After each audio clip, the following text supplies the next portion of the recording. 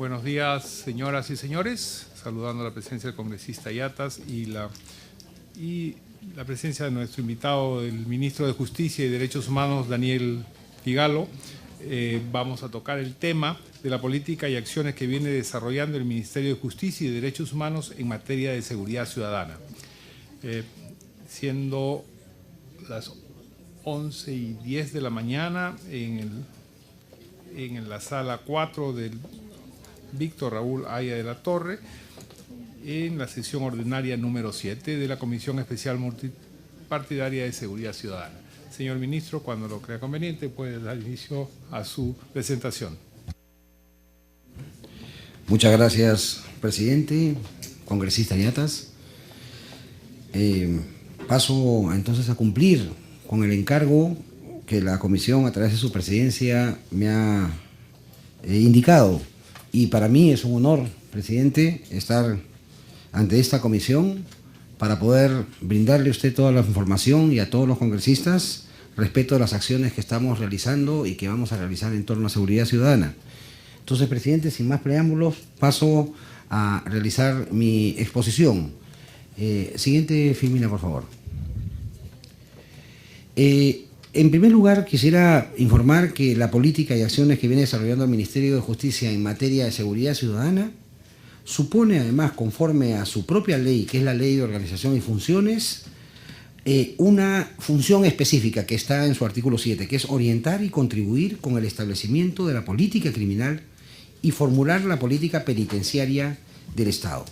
En este marco, el Ministerio de Justicia y Derechos Humanos participa en la política del Estado en materia de seguridad ciudadana en los siguientes ámbitos, como se dice, como aparece en la filmina: ampliación de la infraestructura penitenciaria, capacidad de albergue, seguridad penitenciaria, política criminal y proyectos de ley en materia de seguridad ciudadana. Siguiente, por favor. Vamos a tratar, presidente, congresistas, en lo relacionado con la ampliación de la infraestructura penitenciaria. Siguiente, por favor.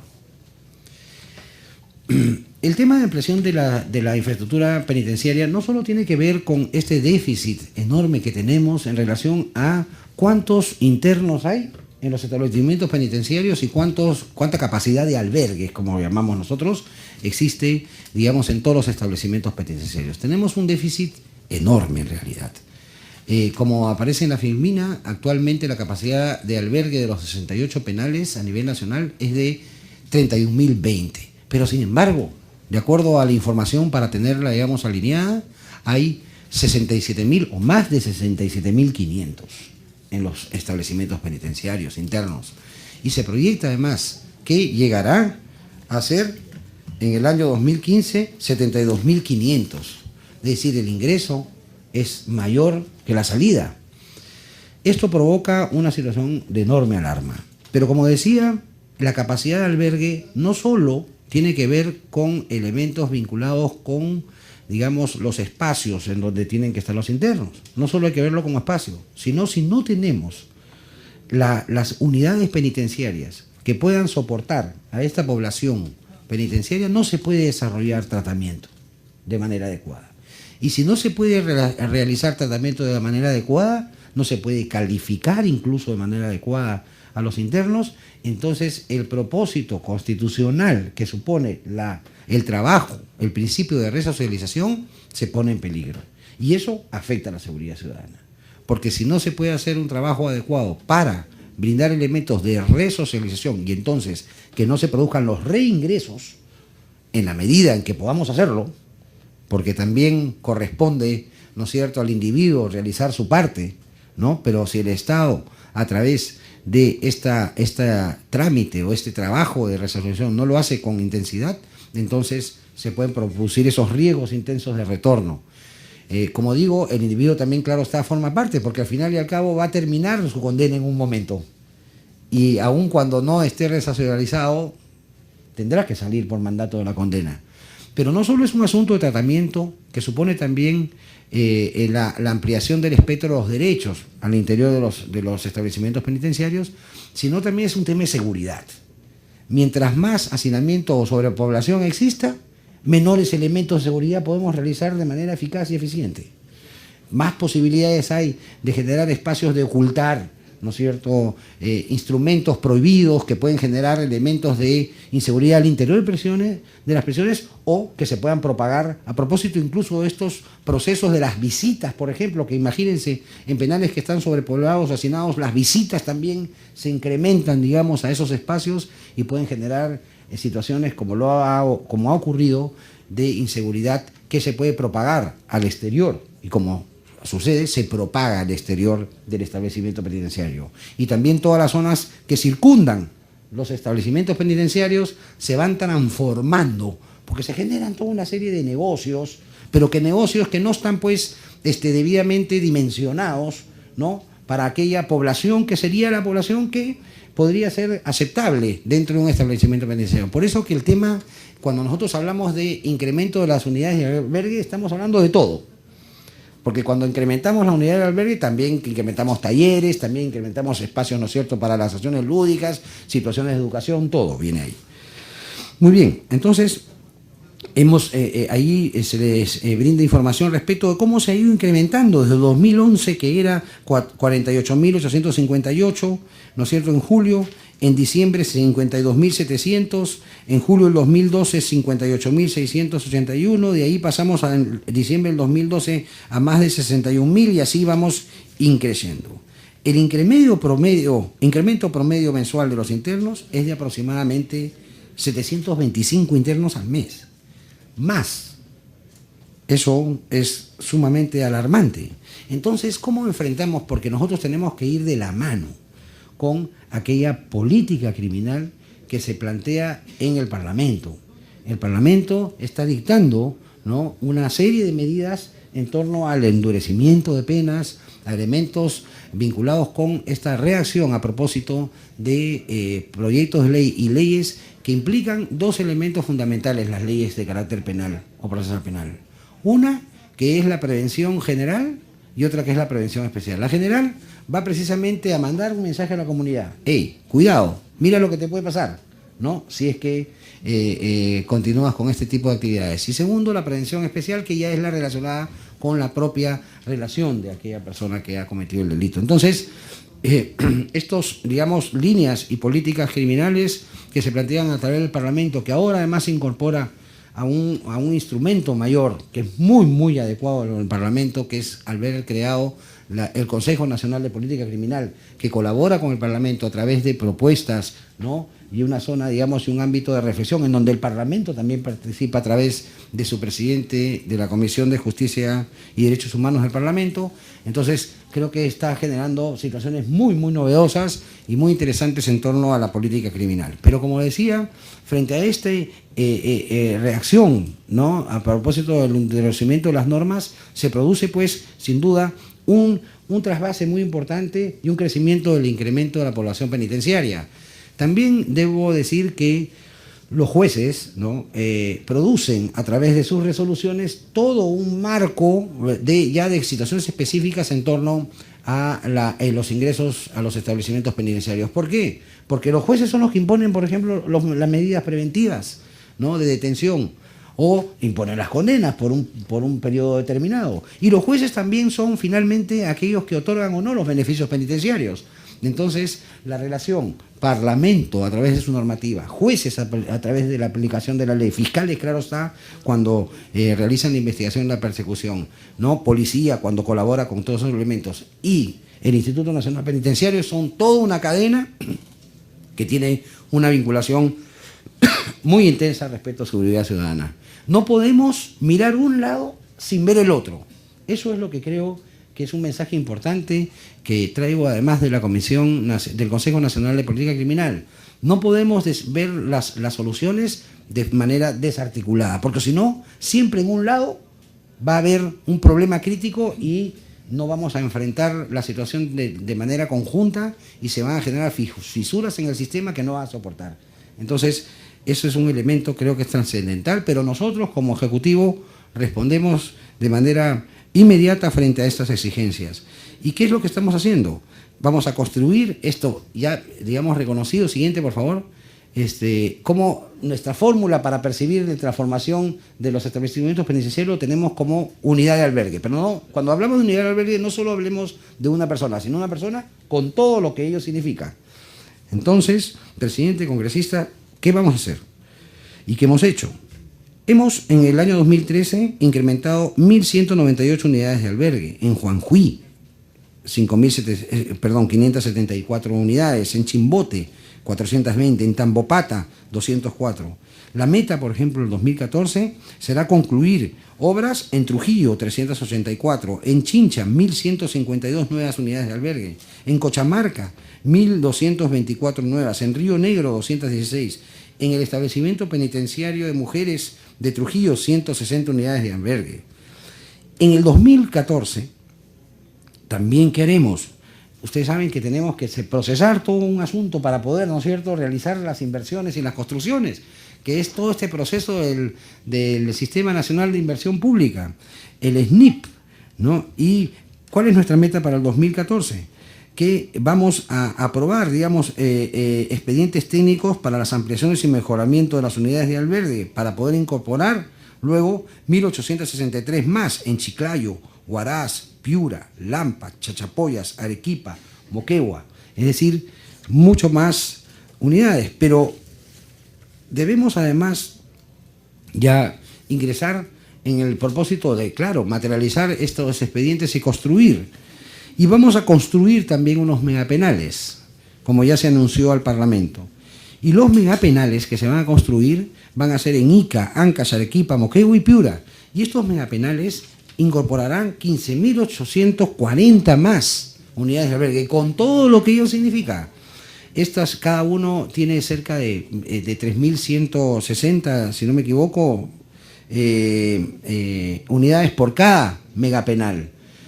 El inicio de la ejecución de los megapenales se realizará el próximo año. El próximo año comenzamos la obra en los megapenales y los concluiremos y entregaremos en el año 2015. Siguiente, por favor. Respecto de esto, como comentábamos, ya tenemos los proyectos de inversión aprobados, ¿no?, para Ica, para Ancash, para Arequipa. Está en revisión la declaratoria de viabilidad, y en Moquegua y Piura están en proceso de elaboración, y el primer semestre de 2014 estaremos ya en este proceso culminado. Entonces ahí, en el cuadro que le hemos presentado, que está, presidente, congresistas, en la documentación que les hemos alcanzado, hay un detalle ya de cada una de estas situaciones que vamos a realizar, pero hay un elemento adicional que creemos que es trascendental, también para la seguridad ciudadana, que es esta operación, que es una iniciativa pública, por así decirlo, que involucra el traslado de los penales que se encuentran en las ciudades, comenzando por la ciudad de Lima y por Cusco, de Lima, de la ciudad, que están enclavados en la ciudad, ¿no?, a zonas periféricas, para precisamente recuperar esos espacios para la comunidad. Esta es nuevamente otra acción muy importante que estamos muy enfocados para lograrlo, esto en el año 2015 y 2016. Es decir, ya sacar, por ejemplo, sería algo extraordinario, ¿no?, sacar Lurigancho y recuperar ese espacio para toda la comunidad, con centros comerciales, con zonas de desarrollo, esparcimiento, etcétera, y la comunidad goce ese espacio tan importante, y además también un nuevo establecimiento penitenciario que se construya y que albergue a todos, Castro, San Jorge, ¿no?, que ya tienen una iniciativa privada particular, ¿no?, Chorrillos, es decir, varias acciones, y que en Coro, en Cusco, que ya está. En su momento es increíble la ciudad como crece, en su momento pues era una periférica, pero la ciudad creció y ya lo rodea totalmente al centro penitenciario. Entonces creo que eso también es una acción importante de recuperación de espacios públicos para la comunidad, y también vinculada con el mejoramiento, y esos penales que estaban y están en situación de hacinamiento y sobrepoblación, los nuevos no lo estarán, pues los nuevos que construiremos serán suficientes como para poder albergar de manera adecuada a aquellas personas que se encuentran privadas de libertad en esos penales. Siguiente, por favor. Ahora trataremos el tema de seguridad penitenciaria. Siguiente, por favor. Muy bien. Un asunto que tanto se reclama es relacionado con los bloqueadores. los bloqueadores y la telefonía pública. Esto de decir telefonía pública es un decir en realidad, porque los teléfonos públicos no son teléfonos para todo el público. Es telefonía dentro del penal, ¿no? Entonces, ahora, ¿qué es lo que se ha avanzado y qué es lo que vamos a hacer en esta materia? El sistema de bloqueo y además del servicio de telefonía al interior de los penales es un sistema que va a desarrollarse sin costo para el Estado a propósito de la aproximación de una iniciativa privada que ya está, digamos, muy avanzada. Este asunto está relacionado con una declaratoria de interés. El plazo de publicación de la declaratoria, digamos, venció el 17 de enero de 2013 y se empezó, digamos, a trabajar sobre este tema. La implementación de los bloqueadores va a involucrar, a propósito de esta iniciativa, a 33 establecimientos penitenciarios a nivel nacional. Y empezará el primer semestre de 2014 la implementación, o sea, ya la colocación. Lo que estamos haciendo es culminar con este proceso de iniciativa privada que en enero lo que se debe producir es evaluar si es que se han acercado nuevos, ¿no? Y luego la ley indica que se tiene que realizar un concurso. Eso es lo que en esa etapa estamos. Si no se aproxima más, ya generaremos el contrato con el que presentó la iniciativa privada. Es absolutamente prioritario para nosotros establecer este elemento y comenzaremos, ¿no?, con los penales que más nos preocupan. Claro está, con el penal del Milagro, que es un penal en donde ya hay reportes claros de inteligencia y se está haciendo un trabajo muy intenso, pero necesitamos, sin duda, rápidamente reaccionar en esta materia. Hemos estado conversando con el Premier sobre este asunto y el Premier y el Presidente de la República imprime una velocidad muy importante a través de los trabajos que está realizando Proinversión, el Ministerio de Justicia y Derechos Humanos y el INPE para que esto se produzca lo más rápido posible en el próximo año. Evaluamos también otro tipo de acciones frente a una intervención rápida si es que esto produce un aletargamiento, pero consideramos que con el diseño que está ahora establecido vamos a poder tener, digamos, respuestas rápidas en ese sentido. Pero también hay otro asunto que está vinculado con la iniciativa privada, en realidad vinculada también con la seguridad penitenciaria, que es la denominada vigilancia electrónica personal, que también se conoce como los grilletes electrónicos. Y este asunto de la vigilancia se empezará a implementar en diciembre de 2014. Hay que recordar que el ámbito de implementación, conforme lo establece la ley y el reglamento, comienza por Lima y Callao. Este es un asunto que no debe ser percibido, presidente, congresistas, solamente como un tema de ponerle un grillete a alguien y ya.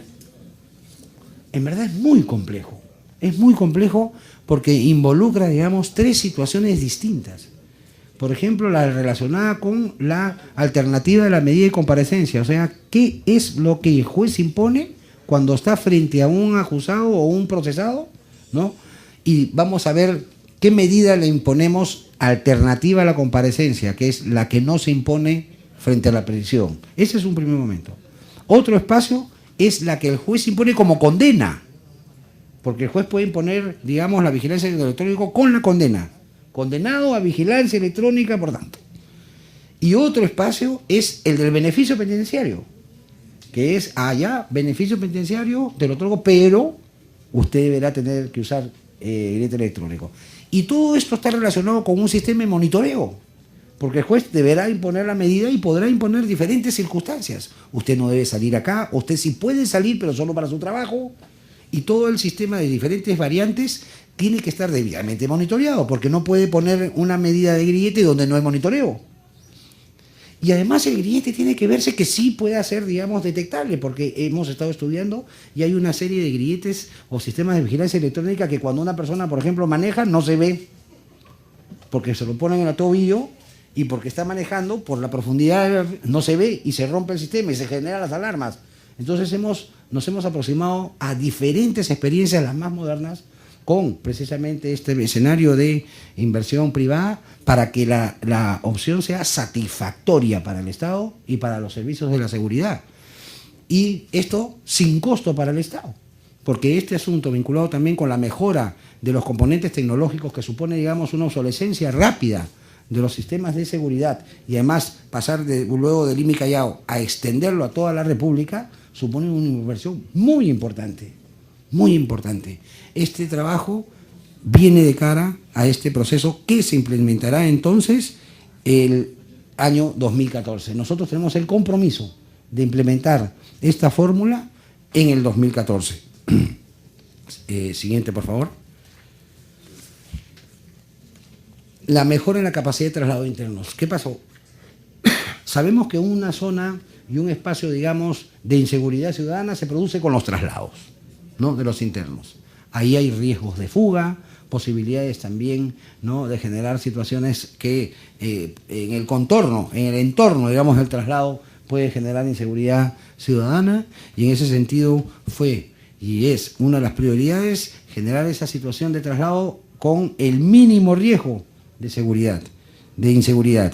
Y de ahí que hemos entregado 50 vehículos multiusos al Instituto Nacional Penitenciario con diferentes capacidades para poder desarrollar, digamos, este traslado con la debido monitoreo, chequeo satelital del vehículo, donde está, cámaras internas, espacios para seguridad interna, etcétera. Este evento es, digamos, una situación que requería todo el sistema para que los traslados, porque ¿para qué se trasladan? ¿Para qué se trasladan los internos? En realidad, los internos se trasladan por dos situaciones usuales. Una, por el traslado propio que el Instituto Nacional Penitenciario realiza de un penal a otro, y otro es por aquel que puede producirse por situaciones de salud, y otro, finalmente, son tres, el otro por el pedido de los magistrados para realizar las audiencias. Pero veremos que también queremos minimizar esas circunstancias, siempre sin afectar los derechos fundamentales,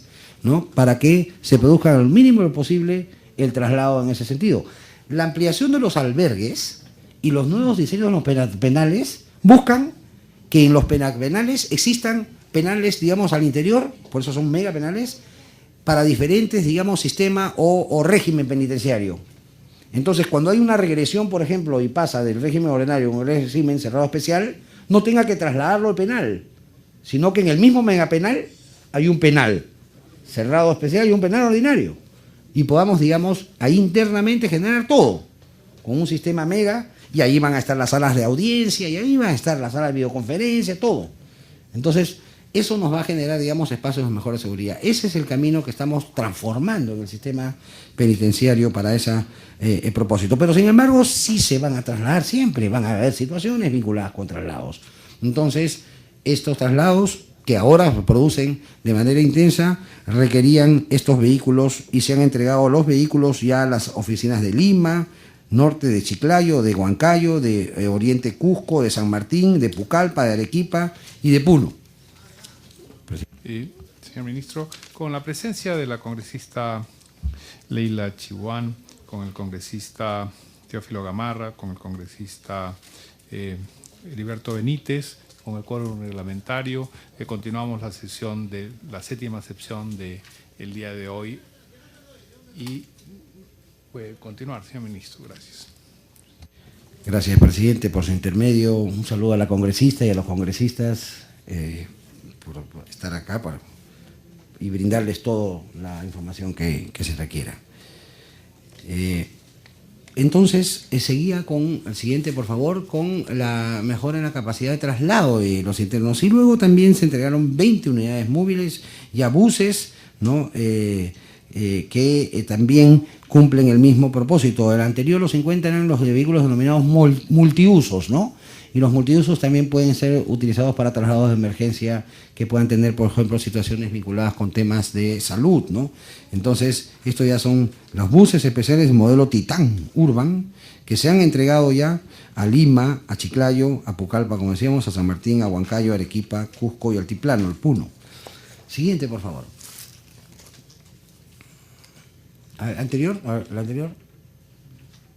Ya, siguiente. La siguiente, por favor. Ya, gracias. Frente a esta circunstancia que está ligada, ¿no?, es lo relacionado con la utilización de videoconferencias. Ya informó el presidente del Instituto Nacional Penitenciario que ya se instaló el sistema de videoconferencia en Chayapalca. Eso es ha sido un reto, porque instalar, ¿no?, un sistema así en un penal de alta seguridad como es el de Chayapalca era trascendental para no poder realizar, digamos, la movilización de esos internos de altísima peligrosidad que se tenía que movilizar a Arequipa, o a veces se lo pedía para Lima. Y era tremendo, pues, movilizar, ¿no?, a estos delincuentes que son llevados a Chayapalca, que son altamente peligrosos, a realizar, digamos, estas audiencias con los jueces. Y yo debo decir que el presidente del Poder Judicial, Javier Enrique Mendoza, siempre ha tenido una gran disposición para poder generar, digamos, los espacios de comunicación, porque los jueces independientemente los piden, en verdad. Cada juez, ¿no?, pide, pues, que se trasladen los internos de un lado para otro, y además hace audiencias masivas. Y se pide, pues, que se trasladen masivamente.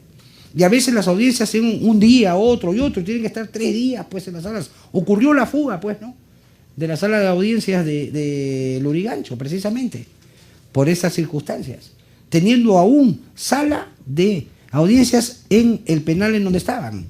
Entonces, ¿qué sucede? Era necesario, y es absolutamente necesario, la utilización máxima de las videoconferencias. Entonces, la ley que aprobó el Parlamento, 30076, ¿no?, establece que en forma excepcional el uso de videoconferencias en juicios orales desde el establecimiento penitenciario hacia una sala de audiencias del Poder Judicial, evitando el traslado de internos en 2 supuestos: que el traslado presente dificultados por la distancia o que exista peligro de fuga.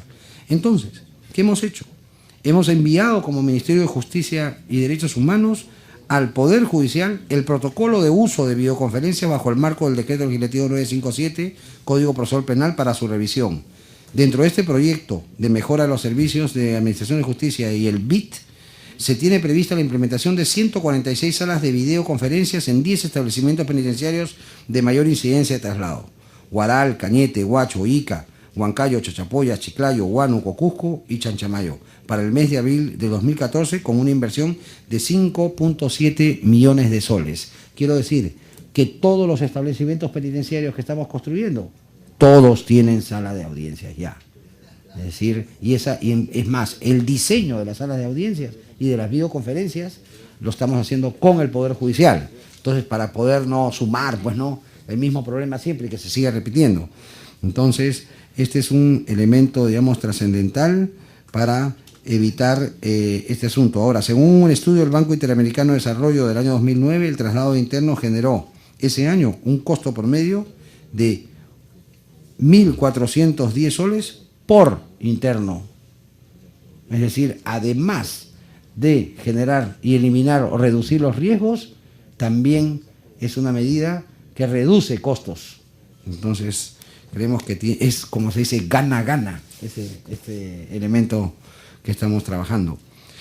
Esperamos prontamente que el Poder Judicial genere los comentarios respecto de estos protocolos para que se produzca ya de una vez, ¿no?, ya un protocolo unificado nacional, para que todos los jueces, no cada uno, digamos, con su propio criterio, establezca a ver quién traigo, quién no traigo, cómo hago. Con esta directiva, digamos, del Poder Judicial, ya se va a poder unificar estas circunstancias. Este asunto está en manos del presidente del Poder Judicial para generar una respuesta y ya, de una vez, implementar todo este tema, y los jueces no nos estén pidiendo, los jueces tienen criterios distintos respecto a esta materia, y creo que es necesario uniformizar este asunto.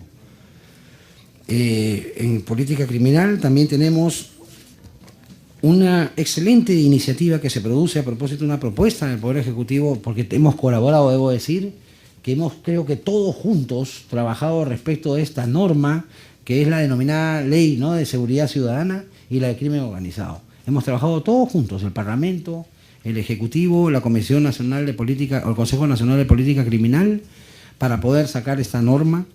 Y dentro de esta norma también hay acciones concretas, porque hay unas cuestiones que son vinculadas, digamos, a este sistema de prevención, pero hay situaciones muy concretas. Y una de estas situaciones concretas es el sistema de control reforzado de internos de criminalidad organizada, SISCRICO. Debo decir un asunto. Hemos encontrado que antes del año 2010, 2009, no existen registros en muchos establecimientos penitenciarios sobre las visitas. No existe. No existe un libro. No existe quién tomaba la visita. No existe nada. Es un desorden total. Cuando el 2011 ya comienza a recuperarse, aun cuando existe una norma especial del Código Procesal Penal aplicable para todo el país que obliga a llevar un registro.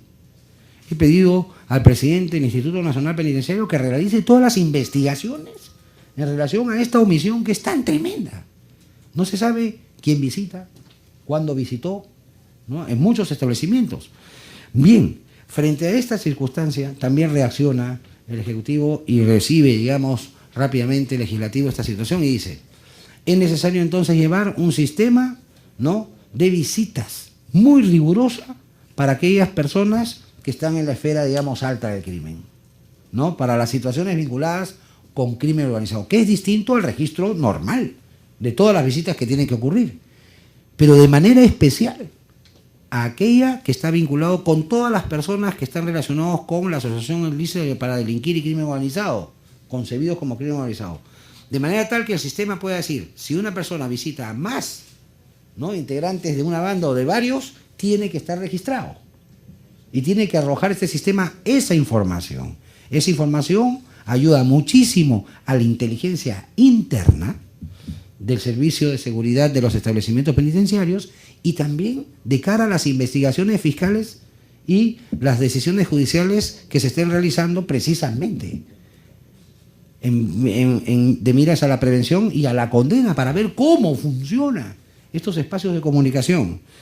Muy bien, este sistema que se denomina SISCRICO, es por sus siglas, realmente el nombre es un poco difícil, SISCRICO, yo me he demorado en incorporar ese nombre de las siglas.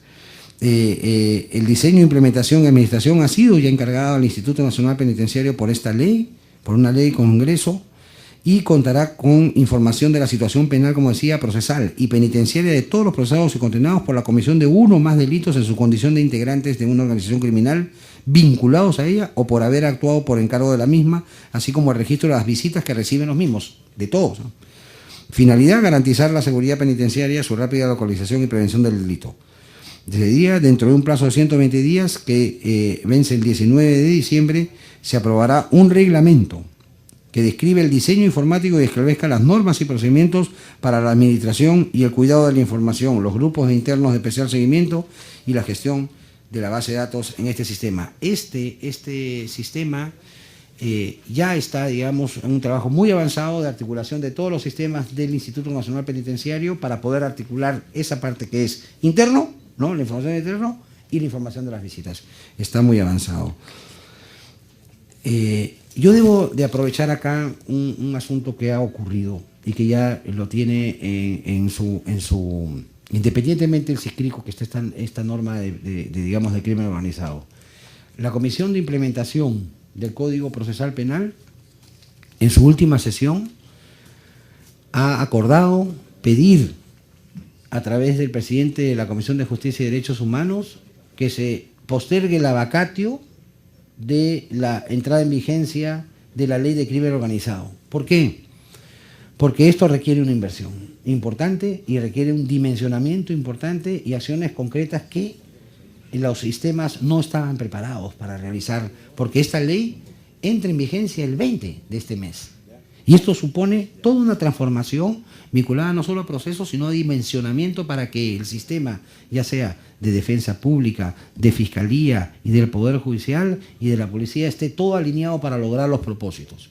Entonces la propia comisión está solicitando que se evalúe a nivel del Parlamento postergar, porque tenemos que calificar exactamente cuántos fiscales se necesitan, cuántos jueces se necesitan, cómo está en la sala de audiencia, porque se ha adelantado el Código Procesal Penal en esta materia y requerir además un dimensionamiento de la inversión real, debidamente auditado, con fórmulas adecuadas, ¿no es cierto?, de monitoreo de la respuesta que dan todos los sistemas. Este asunto es importantísimo realizarlo, pero requiere ese dimensionamiento y esa posibilidad para poder llevarlo a cabo con las exigencias que el Parlamento y que toda nuestra comunidad requiere. Entonces, yo pongo nomás en conocimiento que la propia comisión que integra el ministro Interior, el presidente del Poder Judicial, el fiscal de la Nación y quien les habla, hemos presentado para que evalúen en el Parlamento esta situación. Pero independientemente de ello, aun cuando esto está en esta norma, el SISCRICO me refiero, nosotros instalamos el SISCRICO. Porque el SISCRICO opera igual, independientemente, digamos, como información, ¿no es cierto?, independientemente de estas circunstancias que supone todo este nuevo modelo de aplicación del Código Procesal Penal en una situación tan compleja como es el crimen organizado. Yo creo que habría que reflexionar, ¿no?, que en el modelo, una cosa es la ampliación y el diseño de la oralidad, por ejemplo, que supone inversiones importantes, ¿no?, y los mecanismos que ahí se plantean, y otra cosa son todas las herramientas que están, digamos, en esta norma. Hay una serie de herramientas que pueden utilizarse sin necesidad de ampliar la vigencia del Código Procesal Penal, y yo creo que ahí es un asunto que podría evaluarse de cara a esta postergación. Pero le quería, y creo que era mi deber, informarle a esta comisión, presidente, esta situación que está ocurriendo a propósito de la Comisión de Implementación. Un asunto que también era un requerimiento, y ya no en la Ley de Crimen Organizado, sino en la Ley de Seguridad Ciudadana, que era el registro de denuncias por faltas contra la persona y el patrimonio. Ha sido una extraordinaria decisión del Parlamento generar, digamos, una respuesta frente a esta circunstancia que algunos le llamaban delitos de bagatela, pero en verdad son faltas que implican, por ejemplo, el robo de celular, el arrebato, todo esto, pues que la gente se siente agobiada, pues, ¿no? Que sucede una y otra vez y que provoca, pues, esta sensación de inseguridad permanente, ¿no? No solo son los homicidios, sino esos son los delitos patrimoniales. Claro que la violencia cada vez es mayor frente a la comisión del delito. Y eso provoca este agobio de la comunidad. La respuesta, dice el legislador, que es, bueno, muy bien, ¿qué pasa si una y otra vez se produce la reincidencia o la habitualidad frente a las faltas?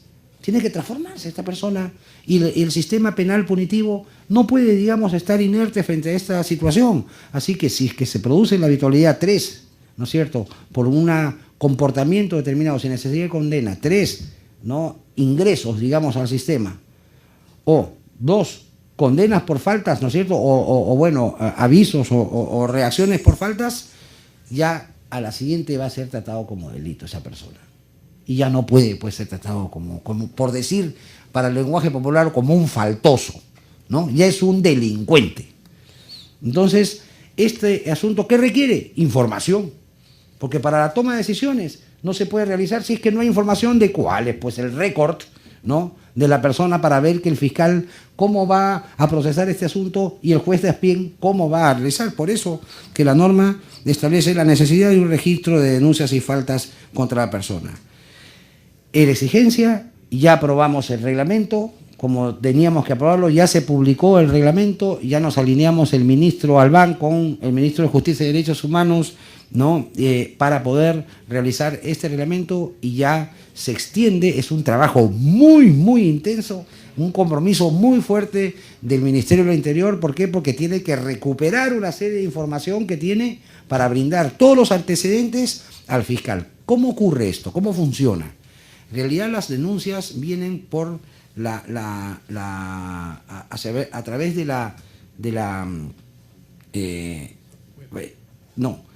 una denuncia puede procesarse a través de la comisaría, ¿no?, o puede también realizarse y procesarse con instrumentos o a través del juez de paz o la fiscalía.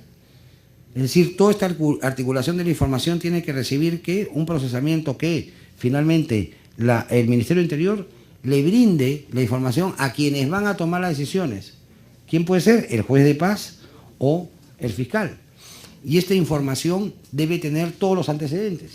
Pero además es un poco complejo.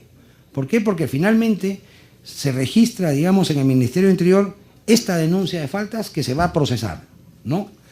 Y se va a procesar ya sea por el juez de paz o por el fiscal. Muy bien, se le da la información.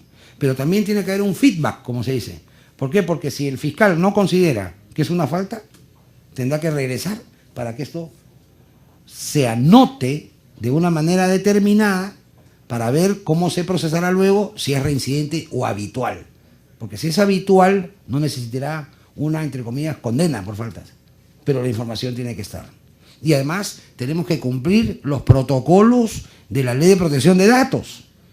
porque esta información tiene que estar debidamente resguardada para que solo lo conozcan, claro está, los congresistas cuando lo requieran, ¿no es cierto?, a propósito de las normas del Congreso, y también los entes que participan. Todo este sistema ya está reglamentado para poder proveer de esta información, y todos los servicios de registro están procesando, digamos, a propósito de servicios informatizados, ¿no?, esta información que ya tienen en sus libros la policía. Entonces, es un trabajo que hay que rellenar en realidad, y ya se comenzó rápidamente en ese sentido. Pero por lo pronto, todas aquellas nuevas que ingresen, registros van a estar debidamente registradas conforme lo establece el reglamento. Pero también el histórico, porque la información tiene que llegar histórica hacia el fiscal cuando lo requiera. Siguiente, por favor. Un asunto que es trascendental es información. Sin información no hay posibilidad de conocimiento, y sin conocimiento, como decía ahora más temprano también en relación a derechos humanos, porque hoy día es el Día Internacional de los Derechos Humanos, ¿no? Sin conocimiento no hay posibilidad de generar, digamos, soluciones o respuestas frente a lo que nos requieren. Y entonces la información, nosotros advertimos, es una información que tiene mucha pobreza, y la calidad del dato respecto a la información criminal es muy mala. Entonces, ¿qué se creó en el marco de la Comisión del Consejo Nacional de Política Criminal? Un comité estadístico interinstitucional. Y este comité ya ha sido aprobado, está presidido por el Instituto Nacional de Estadística e Información, y provoca información que será la información oficial para todo lo que significa los ámbitos de la criminalidad. Siguiente, por favor. La política nacional, el Plan Nacional de Política Criminal, que es un encargo, es un asunto sumamente complejo. Hemos trabajado muy intensamente en una línea que se tenía que trabajar de prevención en el Consejo Nacional de Política Criminal, que es lo relacionado con la prevención y el tratamiento de adolescentes en conflicto con la ley penal. Este plan ha sido un plan articulado con todos los sectores. Esto ha sido realmente, en mi opinión, una de las grandes ejemplos que estamos dando en cómo podemos trabajar juntos frente a, digamos, a un propósito que es la prevención en esta etapa. Es trascendental destruir la cadena de repetición e ingreso desde el menor o adolescente hacia el adulto. Si no trabajamos ahí, siempre se va a generar, digamos, un caldo de cultivo, pues ahí está la generación de toda la delincuencia hacia adelante. Lo otro ya sabemos, todos nuestros retos, pero tenemos que trabajar mucho con nuestros jóvenes. Y ahí todos estamos involucrados, y tenemos que desarrollar planes que estén articulados, porque claro, hay esfuerzos notables de muchas instituciones, pero uno lo hace acá, otro lo hace allá, etcétera, y no están articulados, y no los vemos trabajar en conjunto. Este trabajo en conjunto se va a producir precisamente en el marco de estas decisiones del Consejo Nacional de Política Criminal, para que se desarrolle este marco articulado en Trujillo, en Chiclayo, que tanto lo requieren, para poder, digamos, romper esta cadena. Se aprobó entonces el 1 de diciembre de este año este plan, en donde nos involucra a todos los sectores. Pero sin embargo, también tenemos que enfrentar todos los otros elementos de política criminal. Tiene que haber un plan, y el plan que se va a aprobar es un plan de política criminal priorizado en el respeto de los delitos que están ahí: patrimonio, trata de personas, violación sexual de menor de edad, sicariato, minería ilegal, con el fin de reducir los índices de victimización en dichos delitos. El próximo año estará aprobado este plan. Siguiente, por favor. Un asunto trascendental que hemos visto. Podemos hacer muchas normas, ¿no? Podemos hacer muchas leyes, podemos hacer muchos reglamentos, pero muchas veces nos quedamos ahí. Tenemos que generar, claro, educación, cultura, capacitación también. Pero además la gente cambia, migra, ¿no? O sea, transforma asciende, desciende, ¿no? Y sale en los ámbitos donde está. ¿Y qué es lo que le falta? Un protocolo. Protocolos son casi, ¿no es cierto?, manuales muy operativos, en donde una persona puede tener hasta checklist, ¿no? ¿Me traes esto? Ya, pero me traes, pues, a ver, ¿tiene DNI? Está, checklist. ¿Tiene tal cosa? Está, checklist, ¿no? Son protocolos de actuación rápida para generar, digamos, situaciones concretas que tenga el operador que está en ese momento actuando.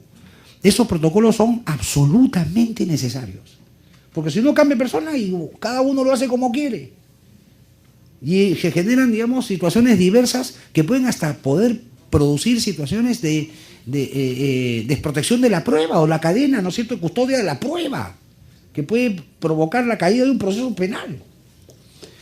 Estos protocolos han sido trabajados de manera muy intensa por el Ministerio de Justicia y Derechos Humanos con la participación de los equipos técnicos del Ministerio Público, el Ministerio del Interior, Policía Nacional, ¿no?, y también con el Ministerio Público del Poder Judicial. ¿Qué protocolos hablo? Protocolos de control de identidad, protocolos de protección y aislamiento de la escena del delito, protocolo de intervención en flagrancia, protocolo de reconocimiento de personas, protocolo de registro personal e incautación, protocolo de inspección judicial y reconstrucción, protocolo de trabajo conjunto. Es decir, todo esto, si no lo hacemos bien, no está funcionando el sistema y va a generar una repercusión en seguridad ciudadana.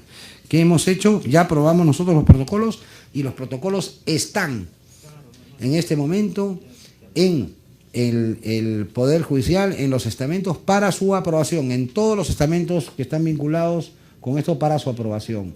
Nosotros hemos tenido en la última reunión, nos hemos, digamos, comprometido, porque los protocolos ya están elaborados por Justicia para que esto se apruebe en la siguiente reunión. Y luego ya finalmente un programa que es un programa siguiente, por favor, siguiente, que es un programa extraordinario, que está generando respuestas notables frente al proceso de resocialización, que es el programa CREO. Este programa no es creación de este gobierno. Es un programa de creación del gobierno anterior, es extraordinario. Y nosotros lo que tenemos que hacer es potenciar lo bueno. Y este programa es un programa que el 2012, 540 internos fueron beneficiados. El 2013, 938, y el 2014 vamos a ampliarlo a 2.420. ¿Y dónde? En Ancón 2, Lurigancho, Piura, Huánuco, Huancayo, Arequipa y Pucallpa. ¿Quiénes son? ¿No? Los internos primarios, y están orientados, digamos, a una situación especial de trabajo para su resocialización. Finalmente, para poder ir rápido, presidente, proyectos de ley que estamos trabajando y que hemos mandado. Siguiente, por favor. Ya. Hay un proyecto de custodia de seguridad, es un proyecto que es bien especial. Bien especial. Es posible, decimos nosotros, de poder generar, digamos, un espacio de condena, que se produzca una condena a ciertos delitos y que el juez pueda decir, si no hay un informe positivo que evalúe, ¿no es cierto?, la resocialización, ¿se pueda prolongar la condena? Esa es la custodia de seguridad. Que existe un momento, el juez diga, te condeno a 15 años con custodia de seguridad. Y la custodia de seguridad puede hacer que a los 15 años se revise y puede estar 10 más. Para ciertos delitos. Terrorismo. Violación sexual. ¿No? Entonces hay temas que podrían involucrar este escenario especial de custodia de seguridad que ha tenido mucho éxito en otros países. Y creo que estas circunstancias que están vinculadas con el deber, ¿no es cierto?, de protegernos contra situaciones que puedan vincular a terroristas o violación sexual, tienen, digamos, la entidad suficiente, ¿no?, y la protección constitucional para poder lograr esta situación especial en lo que supone este proyecto. Está en manos, digamos, del Parlamento a través del proyecto 2069 presentado en 2012. Otra es la modificación de reglas para adolescente infractor peligroso, ¿no?, que también fue un trabajo muy, muy intenso que se ha trabajado para poder desarrollar este asunto de la mayoría de edad y cómo sucede, qué sucede cuando se alcanza la mayoría de edad. Siguiente, por favor. Hay un trabajo muy interesante respecto de la reforma penal antiterrorista, y este asunto tiene que ser tratado porque supone unas nuevas figuras delictivas que no están. Hay una que a mí me sorprendió muchísimo y debo compartir con ustedes, presidente y congresistas, que hay conspiración, el delito de conspiración para el tráfico ilícito de drogas, y no hay el delito de conspiración para el terrorismo. No existe ese delito en nuestro ordenamiento legal punitivo. No existe tampoco el delito de reclutamiento para el terrorismo en nuestro marco punitivo. Ese proyecto busca, digamos, que se incorporen nuevas figuras en esa materia. Sabemos ya la siguiente ley de salida de extranjeros que estuvo en debate. Pasemos al siguiente, por favor. Y luego hay una serie de normas relacionadas con cuestiones operativas muy importantes. Una que estamos ya a punto de sacar, que es una norma reglamentaria del agente encubierto. Falta reglamentación respecto al agente encubierto. ¿Sabe qué hemos descubierto? En el agente encubierto hemos descubierto que, por ejemplo, el tema del DNI, ¿no? Hay que darle una identidad al agente encubierto, ¿no? Una identidad que no sea susceptible de ser descubierta, pues, ¿no? ¿Y qué se le da a veces al agente encubierto? Un DNI. Pero un DNI, claro, que no es distinto a los otros, pero y todos los registros que están abajo del DNI, si uno se mete al registro para verificar ese DNI, ¿no es cierto? El sistema de RENIEC se mete, ¿qué va a encontrar? Que no lo va a encontrar, ¿no? Si alguien quiere sacar, por ejemplo, uno que está metido en el tema de lavado de activos en una organización criminal, un agente encubierto, y quiere usar su identidad porque está actuando como testaferro encubierto, su identidad, y quiere abrir una cuenta con su identidad, le van a decir que no existe él, y no va a poder abrir la cuenta. Y va a tener que dar su nombre verdadero para abrirla, y ahí lo va a descubrir. Entonces, hay que generar, digamos, una reglamentación, y ahí estamos trabajando muy bien con el RENIEC para poder procesarla. El proyecto de ley contra el sicariato, que también está próximo a ser elevado al Consejo de Ministros para enviar un proyecto de norma sobre el sicariato, proyecto de ley sobre posesión ilegítima de armas blancas, que también está realizándose unos ajustes para poder, digamos, dotar de ese instrumento. Hubo un proyecto de ley que vino del Parlamento y recibió una observación porque generaba, digamos, un desbalance, un problema con digamos, desregulación de otras acciones, por ejemplo, armas blancas dentro de los penales. Bajaba la penalidad en ese proyecto de ley y nosotros la observamos, pero estamos presentando este nuevo proyecto de ley donde ve más asuntos. El registro electrónico de violadores, ¿no? Revise, que también es importante, ¿no? Un registro electrónico que tenga, por ejemplo, los colegios, la obligación de ver ese registro para tomar sus decisiones, ¿no? Frente a la contratación. Ese registro creo que es trascendental y nosotros próximamente necesita un proyecto.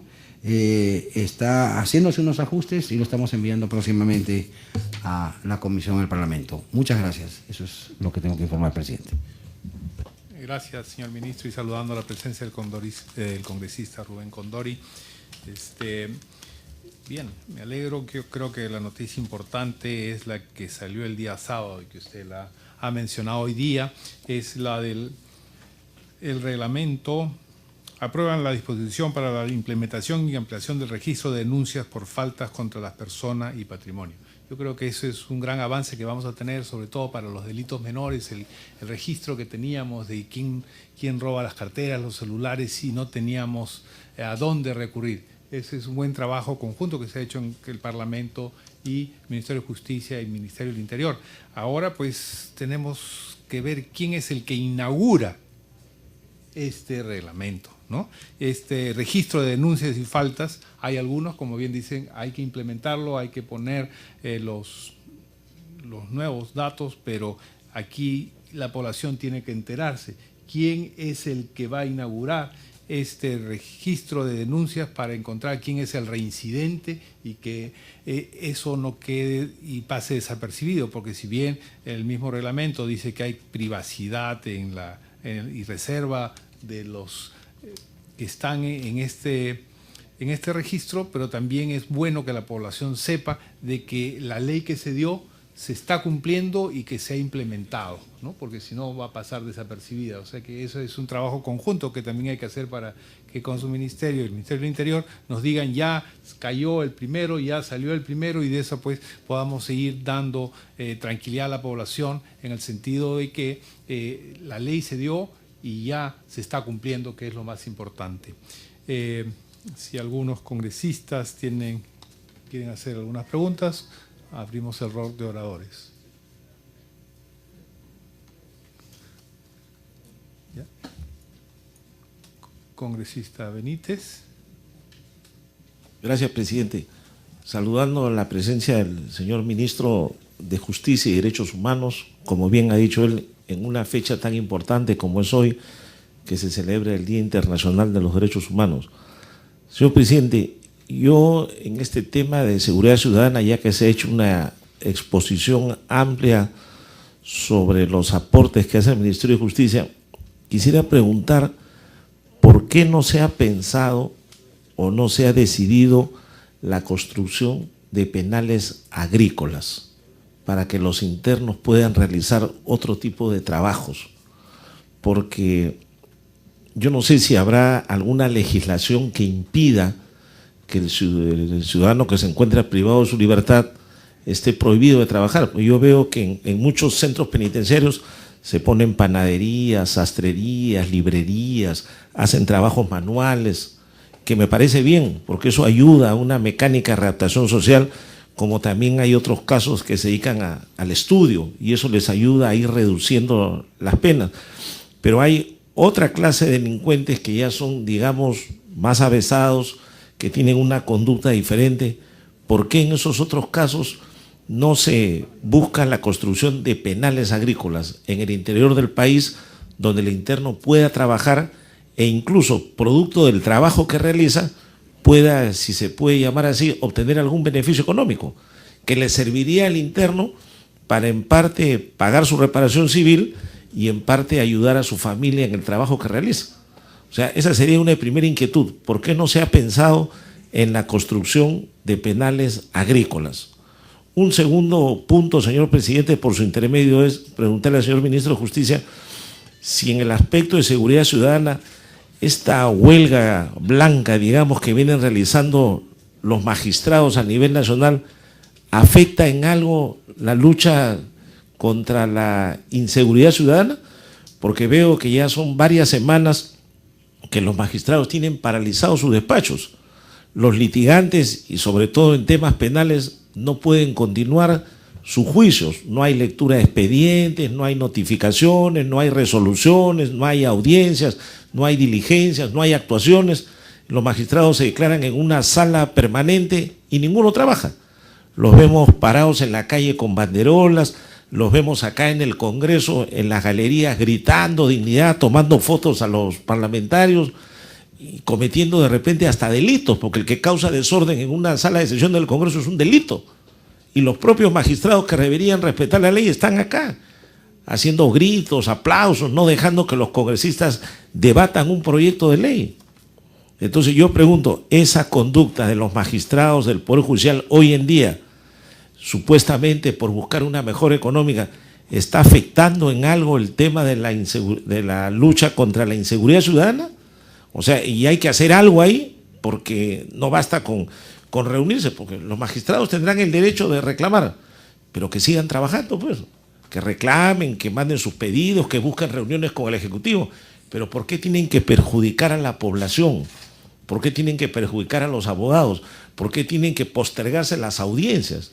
Incluso, presidente, sin ánimo de apartarme el tema, en el campo contencioso administrativo, por poner un ejemplo, hoy en día las audiencias las están programando para después de un año. Hoy señalan fechas para noviembre o diciembre del 2014, para audiencias, porque dice que tienen carga procesal. Y ahora que están en huelga blanca, lo van a correr un año más y la población se va a ver perjudicada. Y peor en el campo penal.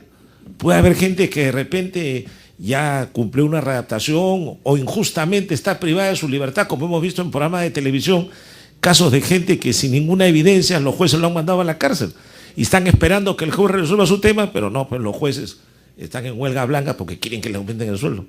Entonces yo quisiera ese segundo tema, si el ministro nos pudiera decir si en algo esta huelga blanca de los jueces está afectando la lucha contra la inseguridad ciudadana.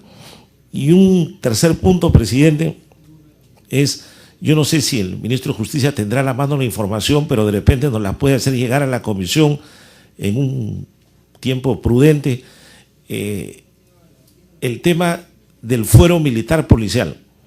Sé que el ámbito de acción podría decirse que depende del sector defensa, pero el Ministerio de Justicia, que es el asesor jurídico del gabinete, podría decirnos respecto a los procesos que se llevan a cabo a nivel del fuero militar.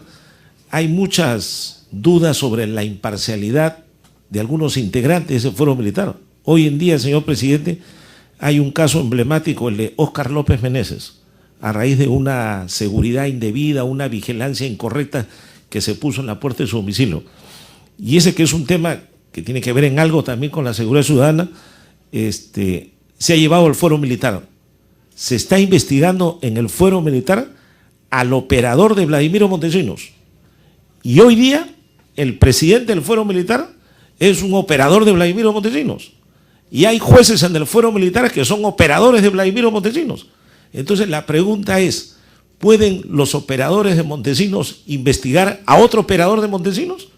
¿Podrá concluir eso en algo justo? ¿O de repente va a terminar en un archivo y después van a buscar impunidad? Ese es un tema que también tiene que ver con el efecto de la seguridad ciudadana, porque el Poder Ejecutivo es el que nombra a los miembros del fuero policial militar. Creo que es el ministro de Defensa con el presidente de la República mediante resoluciones supremas. Y hoy, presidente, y con esto termino, hoy el presidente del fuero militar policial es el general Hugo Poussin Sotelo, el presidente del fuero militar. Y ese general, en la década del 90, trabajaba como juez a cargo y al desempeño de Montesinos y del expresidente del Consejo Supremo de Justicia Militar, Guido Guevara. Ese general es el que ordenaba la detención del general Rodolfo Robles cuando se denunciaba la existencia del Grupo Colina. Ese general es el que no cumplía los habeas corpus que ordenaban la libertad de Rodolfo Robles. Ese general es uno de los que hacía cola para firmar un acta de sujeción. Ese general que tiene todos esos antecedentes antidemocráticos, esos antecedentes de violar el debido proceso legal, esos antecedentes de atropellar los derechos humanos, hoy día es el presidente del fuero militar. Y hoy día tiene a su cargo la investigación de López Meneses. Qué curioso resulta, presidente. Entonces yo también quisiera transmitirle a través suyo al ministro de Justicia para que en las sesiones de gabinete que tengan o cuando se reúnan pueda transmitir también esa preocupación, porque eso afecta la lucha contra la inseguridad ciudadana. Un tema en el que están involucrados oficiales de la policía, probablemente oficiales de la Fuerza Armada, que tiene que ver con seguridad, con vigilancia, y termina en manos de generales que eran los operadores de Montesinos y que ahora se han blanqueado y aparecen como los verdaderos jueces que van a actuar con imparcialidad. Esas serían mis tres preocupaciones, señor presidente, que por intermedio suyo se las alcanzo al señor ministro. Una, para que tal vez nos la pueda responder más adelante, y las otras dos que son inquietudes que a ver si nos pudiera alcanzar. Si no pudiera hoy día tener la información, señor ministro, con todo gusto que nos la haga llegar por escrito, presidente, en un futuro no muy lejano. Gracias. Bien, congresista. Gracias. Usted me ha hecho recordar a ese personaje que decía que se autotorturaba. Lo que usted está diciendo ahora es operadores de Montesinos que se autojuzgan. Señor ministro, si tuviera algún comentario al respecto. Gracias, presidente, por su intermedio, congresista. Sí. En primer lugar, el tema vinculado con los penales agrícolas y este asunto, ¿no es cierto?, que debe trascender a lo que se denomina labores lúdicas, ¿no?, que es pues hacer siempre cerámicos y cosas, ¿no?, que finalmente no llevan casi a nada. Es necesario, claro, una actividad lúdica, pero actividades dentro de los penales que pueden ser actividades productivas, que generen además herramientas mejores a la persona cuando salga. Y claro, también vinculados con las situaciones de alta seguridad como lo que plantea. Sí, no, la idea de los penales agrícolas o pecuarios, no está estrictamente relacionado con esa idea que tenemos en el imaginario de lo que era el CEPA, ¿no? El CEPA además es carísimo y era un asunto que ya estaba vinculado con fue denunciado como tortura, ¿no?, y trato inhumano, en realidad, porque era, mándalos ahí en una zona que era pantanosa y ya, chao. Y no podían salir ahí porque llegaban en helicóptero, era muy complicado. Y además era muy caro, realmente. Sí, espacios agrícolas es una idea que el INPE está trabajando precisamente en donde la población penitenciaria tiene esa aproximación especial al trabajo agrícola y pecuario. ¿Dónde? En Cusco. Hay una investigación que se está trabajando para que esa fórmula, digamos, de traslado involucre también estos espacios agrícolas en el trabajo, sin duda. Pero no solo ahí, sino estas alianzas fundamentales que se tienen que hacer con el sector privado a través de estos consorcios para generar espacios de involucramiento de la empresa privada dentro de los penales. Además, estamos teniendo unas experiencias notables y vamos pronto a ampliarlas a toda la comunidad productiva. la cadena productiva. No, yo siempre doy un ejemplo. En Quencoro se producen unas chalinas que se venden en Italia. En el penal de Quencoro. Y se venden en Italia. En las hermosas vitrinas italianas. Este asunto supone, digamos, toda una cadena productiva que hay que formalizar, que hay que incorporar para que este trabajador que tiene esta habilidad extraordinaria, ¿no?, produzca y también genere ingresos no solo para él y para su familia, sino además para pagar la reparación, que es trascendental.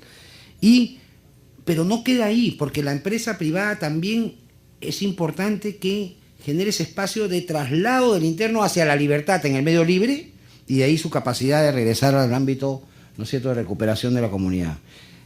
Pronto vamos a lanzar, porque estamos trabajando con unas experiencias extraordinarias respecto de esta alianza pública-privada para los talleres productivos sobre acciones que generan habilidades nuevas o potencian las habilidades que ya tienen los internos y que generan espacios de producción, no solo al interno penal, al interior, sino en el medio libre, y luego son contratados por las instituciones. Esto, de todas maneras, presidente, congresista, se está trabajando y pronto vamos a lanzar ese. Sí, congresista Benítez. Sí, presidente. Lo que pasa es que nuestra realidad carcelaria o penitenciaria en Lima, por poner el ejemplo de donde hay la mayor cantidad de internos, los internos están hacinados. Hay celdas que de repente tienen espacio para 4 internos y viven 12, 15 o 20. A veces no tienen ni cama y están durmiendo en el suelo y duermen de tal manera que cuando uno se voltea, los 10 también se voltean. O sea, todos tienen que dormir acomodados para un lado, y si uno estira la pierna, los 10 tienen que estirar la pierna porque si no, chocarían entre ellos. A ese extremo. O sea, en los penales se está viviendo el hacinamiento en ese límite, porque como nosotros incrementamos las penas, criminalizamos los delitos, entonces todo el mundo los manda a la cárcel. Entonces la cárcel llega un momento en que ya puede explotar. Entonces esos internos que muchas veces no trabajan, se dedican al ocio, en muchos casos, eso los hace pues pensar en delincuencia, en consumo de drogas, en consumo de alcohol. Entonces esos son los que necesitamos que trabajen. Habían gobiernos anteriores que utilizaban soldados a la Fuerza Armada para construir carreteras. Yo pregunto, ¿por qué no usamos internos para que construyan carreteras o edificios? De repente, de esa manera, el hombre comienza a pensar ya no en la droga, ya no en el alcohol, ya no en el delito, sino en trabajar para buscar que resocializarse, que hacer algo. Y esa alianza público-privada podría ser interesante, para que algunos internos puedan de repente, en construcciones de carreteras, que tampoco digo con una bola de acero como era antes, ¿no?, pero al menos que vayan y algunos cumplan ciertos requisitos, van trabajando, y del ingreso que obtienen, puede ser de un 100%, yo hago un comentario, ¿no? Se puede dividir ese 100% en 3 partes.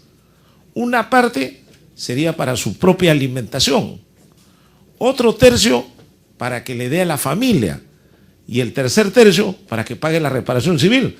Entonces se convierte en un interno productivo, en un interno que trabaja, en un interno que logra sus propios recursos que lo ayudarían en algo. Por eso es que yo he pensado siempre en esa idea del penal agrícola, tomándolo como base para que en algunos casos hagan sembrillos, en otros casos trabajen en carreteras, en otros casos en construcción de colegios, edificaciones que tanto se requieren de lo del país, de hospitales, en fin, no sé. Creo que es una idea, presidente, por su intermedio, que no la deberían descuidar. De repente es un poco ilusorio, de repente económicamente no es tan sencillo, o en materia de seguridad tampoco, pero si le van a dar grilletes a algunos solo para que salgan a caminar o a pasearse o hagan su vida normal, habría que encontrar un mecanismo para que otros también puedan hacer esta clase de trabajos y de repente no se fuguen o se escapen. Yo no digo el CEPA porque sé que mandar al CEPA es caro, aunque a veces la población, por la gravedad del delito, pediría el CEPA, de repente hasta pedirían que el frontón vuelva a ser penal, pero dicen los violadores mándenlos al frontón pues, para que ya no haya riesgo, no tengan cómo comunicarse, o mandarlos a un lugar donde estén realmente cumpliendo una pena. Tampoco soy tan radical, pero si esa es la vía y hay dinero para invertir, que se haga y se le dé la tranquilidad a la población. Gracias, presidente. Gracias. Señor ministro, ya que mencionó a Quencoro y las Chalinas, también en una visita que realicé me pidieron más espacio para sus talleres. Están muy hacinados para hacer y poder trabajar lo mismo. Y veo que hay el ánimo de trasladar ese penal y que se contemple esas mayores áreas de talleres que están pidiendo los que están ahí en estos momentos, ¿no? Con el congresista, saludando la presencia del congresista Rayardo, le damos la palabra al congresista Yatas.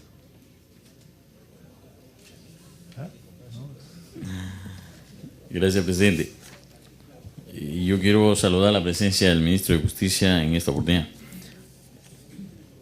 En la exposición que ha hecho el ministro ha hablado de la construcción de unidades de albergue, megapenales, la ampliación de infraestructura, ¿no? Pero en este tema, yo por ejemplo me gustaría escuchar por qué razones Cajamarca, por ejemplo, no está considerado ahí, ¿no? Si bien es cierto, la población probablemente penitenciaria de Cajamarca se traslada a Chiclayo, pero en Cajamarca existe 4 penales, que está en Cajamarca, está en Chota, está en Jaén, está en San Ignacio, ¿no? Y probablemente tanto la carga procesal de la sala de central la vista en Jaén es tan igual como la que existe en la propia Corte Superior de Lambayeque, ¿no? Entonces, a mí me gustaría, por ejemplo, que se tenga en cuenta este detalle. Es por un lado. Por el otro lado, es que la construcción de penales, ¿qué cosa? Aquí se habló de que genera ciertas expectativas, pero también la construcción de penales implica la migración en este caso, de los familiares, de los sentenciados, y consecuentemente genera la invasión de ciertas áreas de terreno, porque son gente que migra, ¿no? Entonces, por ejemplo, eso es un comentario, señor ministro, a través de la presidencia, para que se tenga en cuenta. Mi preocupación, presidente, y esto lo trataba el señor ministro, es respecto al papel que vienen cumpliendo los procuradores en los procesos judiciales, ¿no? En verdad, hay muchos procesos judiciales en el cual están inmersos como imputados o inculpados alcaldes, funcionarios, ¿no? Pero que lamentablemente a veces las denuncias que son propiciadas por los ciudadanos, y como el ciudadano no es parte del proceso, por lo tanto desconoce cuál es el estado actual de un proceso. Entonces, si es que el señor ministro en esta oportunidad no tiene una información de esto, pero me gustaría que en todo caso lo alcance. O sea, por ejemplo, en el caso de los procuradores en la Corte Superior de Cajamarca, de Lambayeque, ¿no? Cuyas sedes incluso se han extendido. Por ejemplo, en el caso de Jaén existe pues una sala descentralizada mixta. En la provincia de Cutervo, de San Ignacio, existen juzgados en el cual están siendo procesados alcaldes y exalcaldes, ¿no? Pero que lamentablemente el papel de las procuradurías son mínimas, porque bueno, la propia ley no lo obliga a que esté en las audiencias, pero es el que debe impulsar la prueba y que en todo caso genera también el contrapeso respecto a la accionar de la propia fiscalía, ¿no? Entonces eso, señor presidente, nos gustaría que nos alcanzara la información, o en todo caso el comentario respecto al trabajo que viene haciendo las Procuradurías Anticorrupción, porque en verdad los procesos judiciales, lo que lo ha dicho el colega Benítez, sí pues, ¿no? Nuestros magistrados están invocando que se reconozca sus saberes como tal, pero hoy en esta situación de una huelga blanca, que el gran afectado es el ciudadano, el que litiga, y también la lentitud en estas acciones lamentablemente son palpables. Entonces esa es una inquietud que lo traslado, presidente. Muchas gracias por la oportunidad. Gracias, congresista Condori. Presidente, bueno, tuve que ausentarme por estar en defensa del consumidor. Sin embargo, hoy quiero felicitar al ministro por las iniciativas planteadas en su despacho, y me parece muy bien. El Estado requiere cambiar. Sin embargo, permítame sugerirle algunas cosas que se podrían ir implementando como parte de la política nacional. Lo relativo, por ejemplo, a lo que ha estado ocurriendo en los últimos años en la política, en la cuestión criminal, es de que no se les puede imputar a un menor de edad.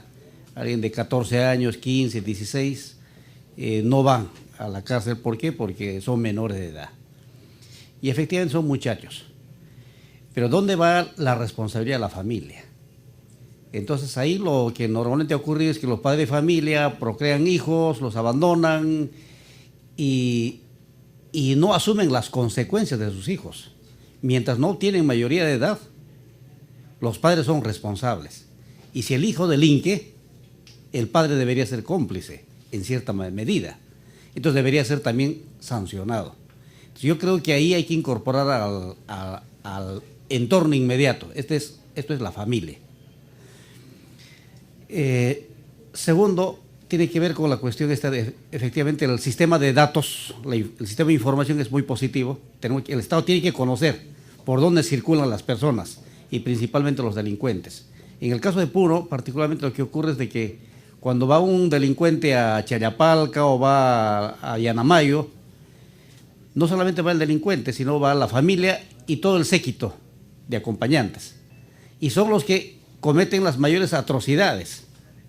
Porque también en los últimos años Juliaca, por ejemplo, se convirtió en una zona donde hay bastante flujo de dinero, principalmente producto de la minería y también de la droga. Entonces, esto es prácticamente una riqueza apetecible para muchos delincuentes, que no necesariamente son de Puno, de la región, sino son foráneos, es decir, prácticamente gente de afuera o del medio extralocal que van a Puno. Entonces, el Estado tiene la obligación de conocer quiénes circulan por Puno, quiénes visitan al delincuente una y otra vez, y prácticamente desde la cárcel se dirige. Prácticamente el Estado tiene que conocer. Entonces, y lo tercero, es lo que comentaba el congresista Heriberto Benítez, la cuestión de los penales agrícolas. Tal vez no solamente agrícolas, puede ser pecuarios. El asunto es la idea. El trabajo dignifica al hombre, pero no cualquier trabajo. El trabajo en Internet, por ejemplo, no va a dignificar necesariamente al hombre.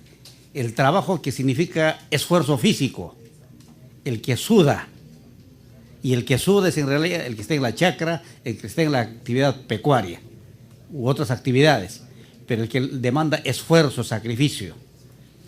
Entonces, eso es un disuasivo. Y también la vegetación, donde no hay vegetación, donde hay solamente un tumulto de personas, eso genera estrés. Pero donde hay vegetación, donde hay animales, donde hay un conjunto, hay espacio amplio, entonces eso también baja, reduce el entusiasmo, creo, de las personas a delinquir. Entonces la resocialización del delincuente tiene que estar asociado con el trabajo. Cuando vea el delincuente o el que ha delinquido que hay resultados de su trabajo, de su esfuerzo, y eso le llega a gustar, en algún momento puede cambiar de opinión. Al final de cuentas es un ser humano que ha delinquido porque las oportunidades se le han cerrado. Entonces yo creo que es una parte de la política que también debería de incorporarse en la política como Estado. Gracias, ministro. Señor ministro, los intermedios. ¿puede hacer unos comentarios al respecto? Gracias, presidente. Muy brevemente. Pues en la línea del congresista Benítez, del congresista Condori, en esa línea estamos. Esa es el área de investigación, es el área que también se evalúa para propósitos, ¿no es cierto?, de los traslados de los penales, de los nuevos megapenales. Esa es la línea, como bien se dice, hay que estudiarlo, hay que aproximarse poco a poco, digamos, a estas zonas con elementos de seguridad, con identificación de quiénes son los internos que van a recibir esto, pero esa es la línea. Y tenemos que caminar, digamos, a incorporar estos elementos cada vez mayores para generar, digamos, estos espacios de resocialización y reflexión, ¿no? Y además de reconocimiento del trabajo, que es dignidad, finalmente, y posibilidades de superación y transformación. Y también, eventualmente, ¿no es cierto?, de una reflexión frente a lo que me puede pasar. Muy bien, esto de todas maneras. La información respecto del comentario que hay sobre los jueces, ¿no?, y qué circunstancia puede ocurrir en relación con la inseguridad ciudadana. Pero claro, yo voy a insistir permanentemente. En primer lugar, hay un mandato constitucional. Aquí no hay una huelga de colores. finalmente la huelga es el mecanismo de presión que un gremio determinado puede realizar en pro de la satisfacción de sus intereses. Eso es una huelga. Y eso está ocurriendo. Y eso está prohibido por el artículo 153 de la Constitución.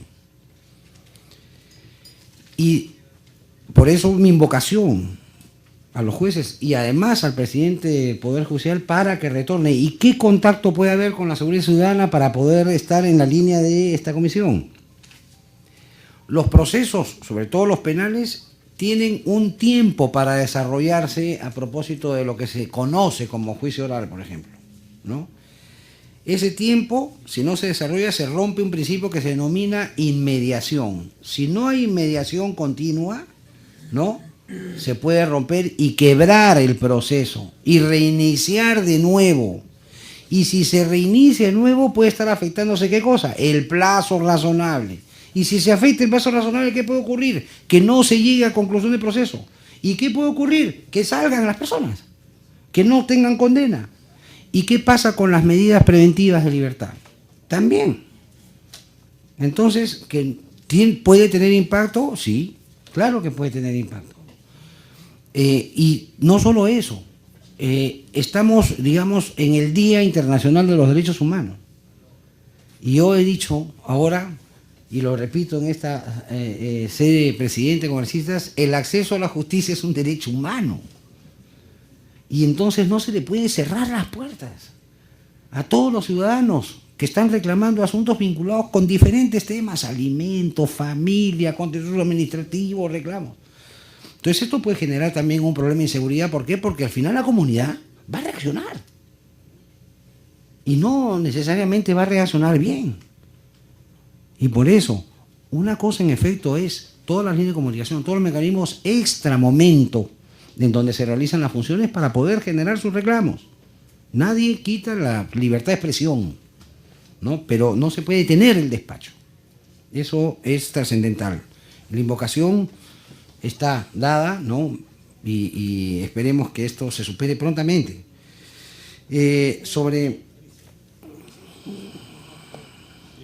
es breve, señor Benítez, mejor todavía. Sí, presidente, en todo caso, ya con lo que nosotros planteamos y nos ha dicho el ministro, yo le pediría que después de la presentación del ministro podamos nosotros tomar un acuerdo de repente para dirigir una comunicación al presidente del Poder Judicial mostrando la preocupación por esa huelga que vienen realizando los magistrados.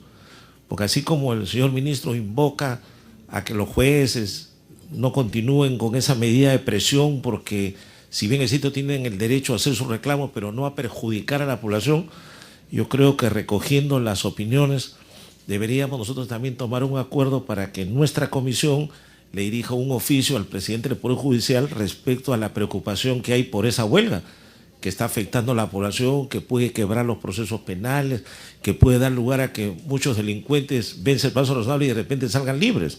Entonces no hay que medirlo solo por el hecho de que los jueces dicen yo quiero que me aumenten el sueldo, jueces de dignidad, y ahí termina el problema. Ahorita, señor presidente, están ahí los jueces parados en la puerta del Palacio de Justicia con su banderola gritando. Y los procesos penales truncos. Y los ciudadanos no pueden leer sus expedientes. No hay actuaciones, no hay diligencia, no hay notificación, no hay lectura de expediente. ¿Qué hacemos con la población? Y eso que civil, laboral, contencioso administrativo, digamos que podrían esperar, pero en el área penal es difícil. El ministro ha dicho la inmediatez. 8 días, no hay juicio, se quiebra el proceso y vuelve a empezar de nuevo. Y las audiencias y los penales, los internos ahorita pueden comenzar a querer alborotarse diciendo, señor, yo ya estaba a punto de salir y ahora por esta huelga me está perjudicando. Así que, presidente, yo sugeriría que terminada la exposición del ministro, como comisión podamos tomar un acuerdo para dirigirnos al presidente del Poder Judicial en esos términos. Muchas gracias. Ministro. Bien, presidente. Solo para concluir, ¿no? La información respecto de... Yo trasladaré la información respecto del tema del foro militar sobre este asunto. Ahora, el presidente no está investigando directamente ahorita, pero descuide, toda la información se trasladará y si es oportuno se presentará información a esta comisión sobre esa materia.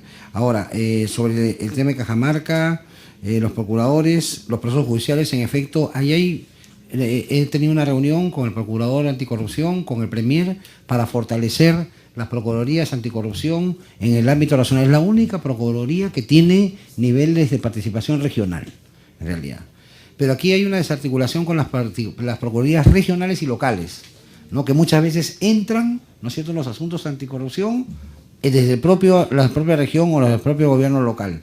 Y nosotros tenemos que generar los espacios de articulación, empoderamiento de la Procuraduría para lograr ese propósito. Sin duda, recojo esta inquietud tanto del congresista Yatas, el congresista Condori, también en esa materia, en relación con nuestra participación, ¿no es cierto?, en este asunto de las Procuradurías y lo relacionado con los efectos y el trabajo de inteligencia a propósito de la información que se debe procesar en esta materia. El tema, voy a remitir una información congresista sobre el asunto de los procesos y estudios respecto a los penales de la región para poder informarle en torno a los proyectos que hay en esa materia. Los megapenales, además, hay que transformar una dinámica con las visitas, en verdad. Hay que programar muy bien este asunto para que sea, digamos, un sistema organizado y que no provoque esos espacios de inseguridad, que es lo que tanto sucede. Yo recojo estas inquietudes, presidente, para poder brindar la información adecuada y llevar a fortalecer estos espacios que necesitamos fortalecer efectivamente. El congresista Rayardo quiere hacer una pregunta. Muchas gracias, presidente. Saludar la presencia del ministro de Justicia, el doctor Daniel Figalo. Sí, en relación a la exposición, yo lamentablemente tampoco he podido estar en horas en que la expuso el señor ministro. Y no sé si ya se ha respondido sobre la misma, pero en todo caso le pido al ministro conveniente que algunas dudas se puedan responder en relación a lo que voy a comentar. Uno es el referido a este Comité Estadístico Interinstitucional de la Criminalidad. Me gustaría saber, porque aquí se habla de primeros trabajos y se refiere a la estandarización de la tasa de homicidios. ¿Cómo va eso? Si hay alguna estadística ya con la que se pueda contar y si la pueden compartir aquí con los integrantes de la comisión. Eso es muy importante porque esa data lamentablemente hoy no se tiene, y si se tiene de varias instituciones, y eso hace que no se pueda contrarrestar el crimen y sobre todo el crimen organizado. Luego, en relación al Plan Nacional de Política Criminal, aquí se habla de la aprobación del Plan Nacional de Política Criminal. ¿Cómo va esto también? ¿En qué se está avanzando? Y lo interesante sería saber si ese plan que se aprobaría en julio del 2014 va a contar con estadística real también, porque hay un plan que hemos aprobado y que se ha aprobado incluso en el acuerdo nacional, que estuvo también el presidente de la comisión, que es el plan de seguridad para los próximos 5 años, que ha presentado el Estado, pero lamentablemente está basado en cifras que no son necesariamente, no digo irreales, pero son cifras que podrían mejorarse en función de invitar a la gente a que denuncie. El 12% de personas solamente denuncian, y en base a esas denuncias y a esa data que tiene el Ministerio del Interior es que se ha elaborado un plan. Entonces, las metas a cumplir no son necesariamente reales, porque basado en 12% de personas que denuncia es difícil establecer metas. Por eso mi pregunta de este plan de política criminal, ¿cómo lo están elaborando para ser aprobado en el año 2014, en julio? Y si se está usando esta fórmula parecida a la que ha presentado el gobierno dentro del plan de seguridad ciudadana de los próximos 5 años. Luego, en cuanto a presentaciones de proyectos de ley, yo los felicito porque hay ahí algunos aportes interesantes, sobre todo vinculados a menores de edad, a sicariato. Ojalá que algunos de estos se aprueben pronto. Insisto en la delegación de facultades que se debería de de implementar y que sea el Ejecutivo el que los presente, pero en fin, ahí hay posiciones discrepantes. Y finalmente, en lo que respecta a la utilización de videoconferencias para evitar el traslado de reos, hay un proyecto de mejoramiento de servicios de administración del Banco Interamericano de Desarrollo y hay un monto de inversión de 5,7 millones para implementarlo en 146 salas. Me parece excelente esta iniciativa. Ojalá que se dé en el plazo que ustedes están planteando, porque ahí lamentablemente el temor es que las contrataciones públicas y los sistemas engorrosos que tiene el Estado hacen que los procesos se demoren muchísimo y el ejemplo es el de los brazaletes electrónicos. Lleva 2 años y hasta ahora lamentablemente no se pueden poner en práctica. Entonces ojalá, ministro, yo le pido a nombre de la comisión también que le priorice en este tipo de proyectos porque finalmente necesitamos tener más seguridad y que los internos pues no se estén trasladando permanentemente, sino que se utilice la tecnología y que contraten de la forma más rápida posible, ¿no? Con los procesos exonerados, en fin, hay algunas fórmulas que se pueden aplicar. Eso sería todo, señor presidente, muchas gracias. Señor ministro. Muy bien, por su intermedio, un saludo al congresista Reyardo. Siempre hemos estado alineados con el congresista en realidad en los asuntos relacionados con temas de seguridad ciudadana. Y un elemento efectivamente trascendental era el asunto, como comentaba, de la información para poder lograr conocimiento para la toma de decisiones. Y de ahí que generamos este comité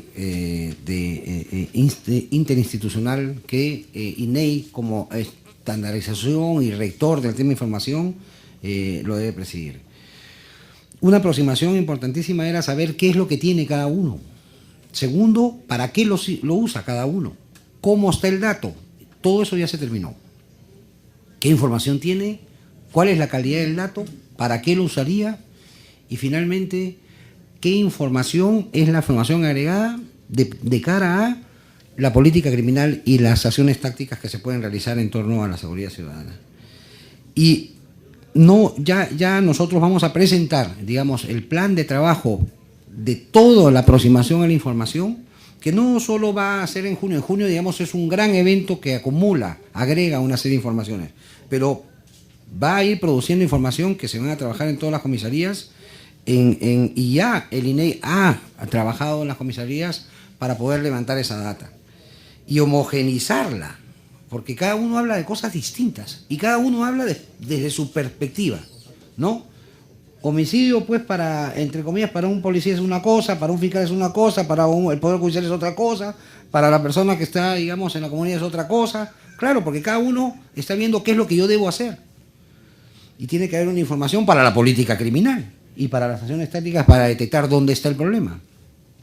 Todo eso lo estamos trabajando. Yo quisiera, a través, presidente, si usted lo considera, yo voy a cursar a propósito de la reunión que se va a realizar el lunes 16 a las 4 de la tarde, que hemos invitado el Consejo Nacional de Política Criminal. Voy a cursar una invitación donde se va a realizar ahí una exposición de precisamente la presidencia de este comité de cara a esta planificación y todo lo que se ha encontrado. Yo quisiera cursar una invitación para que ustedes pongan, los congresistas que quieran, puedan asistir a esa reunión y va a tener toda la información necesaria. El Parlamento participa a propósito del representante de la Comisión de Justicia y Derechos Humanos, pero nosotros podemos invitarlo y de ahí mi compromiso para darles información mucho más amplia en ese terreno y responder a las preocupaciones. Y claro, todos los aportes siempre son bienvenidos en esa materia. La cifra negra existe. La cifra negra relacionada con la denunciabilidad es clara. Ahí se produce un evento bien especial, porque cuando uno comienza a realizar, digamos, acciones de abrir ventanillas para recibir, ¿no es cierto?, la denuncia, lo que produce es que aparece la cifra más denuncia. Ustedes congresistas, si vienen a la reunión del lunes, van a encontrar una serie de información de suma relevancia e impactante respecto de qué hemos encontrado sobre la información y cómo está la información en las comisarías.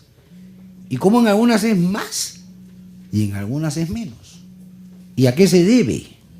Esa información se va a producir ahí y también nosotros muchas veces uno tiene temor, ¿no? Cuando comienza a abrir ventanillas, comienza a abrir más denuncias y dice, ah, bueno, y entonces ahora en esta gestión lo que está ocurriendo es que hay más denuncias, o sea que estoy haciendo menos. No, en verdad estoy revelando lo que está oscuro, lo que nunca se ha visto. Y es propósito de este Consejo y de este Ministerio y del Ministerio del Interior entrar de frente a este territorio. Lo invito nuevamente a esta reunión próxima, el lunes 16 a las 4 p.m., pero voy a concursar, está el secretario técnico de la dirección y de la comisión, por favor, para que hoy día se curse invitación a través de la presidencia para que los que usted considere vengan a esta reunión y reciban información y participen en ella. Lo relacionado ya con asuntos de priorización, sí, estamos estudiando también una cuestión intermedia entre, ¿no es cierto?, generar la emergencia total a generar emergencia respecto de las contrataciones en tema de seguridad, en general, para poder acelerar todos los procesos, porque esto es pues un calvario, realmente es un calvario. Todos los procesos pues que están vinculados para evitar actos de corrupción, es verdad, ya generan pues un lastre tremendo para la toma de decisiones. Yo creo que con una buena articulación con Contraloría, el sistema de contratación del Estado, ¿no es cierto?, de verificación, podemos avanzar más rápido. Estamos preparando un proyecto con el Ministerio de Economía para poder llevar, digamos, a esta liberación. Necesita ley y lo vamos a presentar. Yo creo que próximamente, para poder tener todo el próximo año, pues ya líneas o rutas mucho más rápidas para poder generar estos procesos de contratación. Gracias, presidente. Gracias. Gracias, señor ministro. Se le agradece por su presencia y los informes que nos ha dado en esta Comisión Especial Multipartidaria de Seguridad Ciudadana, y cuando crea conveniente puede pasar a retirarse. Gracias.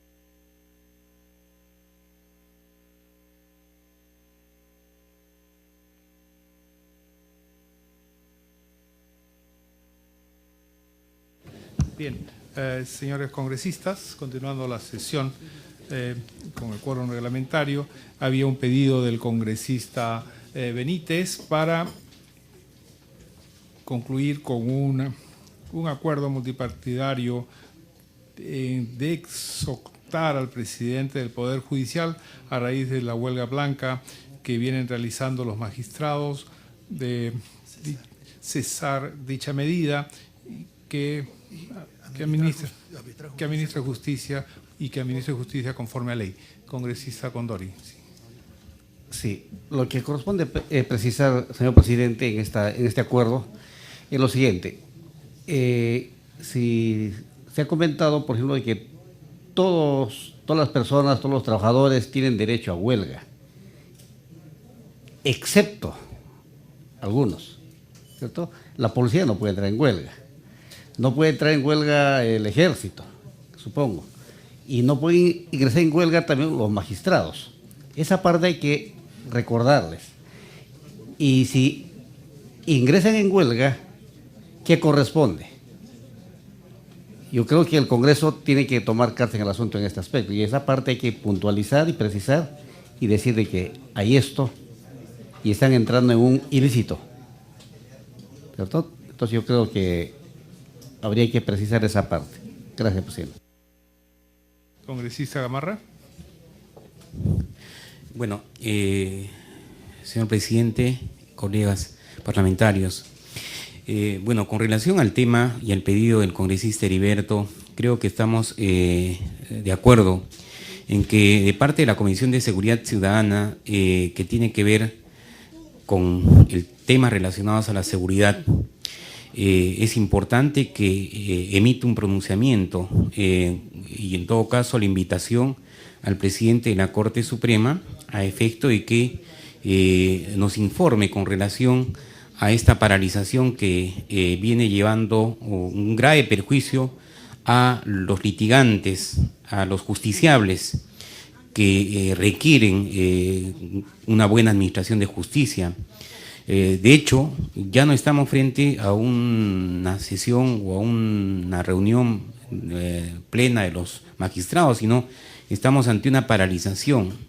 Y en otras palabras, lo que se ha hecho es eludir o bajo una acción de elusión de las normas, entrar a un proceso de paralización que no esté establecido en la Constitución ni en ninguna norma, en el caso de los magistrados. De modo que yo creo que no es que están entrando al terreno de lo ilícito, sino que ya entraron al terreno de lo ilícito. Y en todo caso, habrá que ver, porque no creo que sea interrupción. No creo que sea no creo que esta huelga de los magistrados deba continuar. Están yendo en contra de las normas, de modo que habrá que, por nuestro lado, emitir un pronunciamiento e invitar al presidente de la Corte Suprema para que nos dé los alcances con relación a estas medidas que han implementado los magistrados. Muchas gracias. Gallardo. Presidente, yo creo que el pronunciamiento finalmente es un exhorto a que depongan una actividad evidentemente constitucional, tienen libertad de expresarse las personas a través de estos recursos y mecanismos, pero estamos hablando de los jueces. Por lo tanto, el exhortarlos a deponer esta actividad de huelga o de paralización en la que han incurrido me parece conveniente. Sin embargo, hay que tener mucho cuidado en los términos del pronunciamiento de la comisión para que no se vea, presidente, o no deje algunas dudas en relación a inmiscuirnos en un poder del Estado absolutamente autónomo, independiente, como al que nosotros representamos, que es el legislativo. Entonces, en esa línea, aprobar el pedido de exhortar a este poder del Estado tan importante, que es el Poder Judicial, a que depongan esta actividad en la que están en este momento, que es la huelga producto de estas pretensiones remunerativas de parte de sus miembros. Mi planteamiento sería manejar bien el tema de del pronunciamiento y con el cuidado respectivo, evidentemente, aprobarlo y sumarme al voto seguramente mayoritario de los miembros de la comisión. Gracias, presidente. Perfecto, congresista. A ver, le voy a leer el texto del acuerdo. La Comisión de Seguridad Ciudadana acordó exhortar al presidente del Poder Judicial, a raíz de la huelga blanca de los magistrados, que pongan tal actitud y administrar justicia, bajo responsabilidad de ley. ¿Sí? ¿Y usted? Presidente, recogiendo la preocupación del congresista Condori, y el propio ministro de Justicia lo ha dicho, hay una violación también a un artículo de la Constitución, por el cual ellos están prohibidos de realizar huelgas. Sería bueno recordarles también eso, y en todo caso, así como se le envía una carta al presidente del Poder Judicial exhortándolo para que dejen sin efecto esta huelga que viene causando un perjuicio a un gran sector de la población, sería importante también que una copia de ese documento se pueda remitir al presidente del Consejo Nacional de la Magistratura, para que ellos también puedan adoptar las medidas que crean pertinentes, porque yo creo que ya es suficiente pues lo que ha hecho el Poder Judicial, y el perjuicio que le está causando a la población es gravísimo, presidente. Respetando, como dice bien Renzo Gallardo, la autonomía del Poder Judicial, Nosotros no vamos a entrar a pronunciarnos sobre algún caso específico. No vamos a decir en el juicio tal se está demorando. No, simplemente exhortarlos a que levanten la huelga que han planteado y recordarles de que ese mecanismo, de acuerdo a la Constitución, no está permitido, y en todo caso, copia de la comunicación, ponerle en conocimiento al Consejo de la Magistratura también para que adopten las medidas del caso. Creo que eso es lo mínimo que podemos hacer, presidente, como Comisión de Seguridad Ciudadana. Gracias. Es un aporte más que este acuerdo sea también transmitido al Consejo Nacional de la Magistratura, ¿no? Si están de acuerdo los señores congresistas, entonces a votación, sí, y votación unánime, y también le pido la dispensa de la aprobación del acta para correr traslado de la misma. Siendo las 12:55, levantamos la sesión.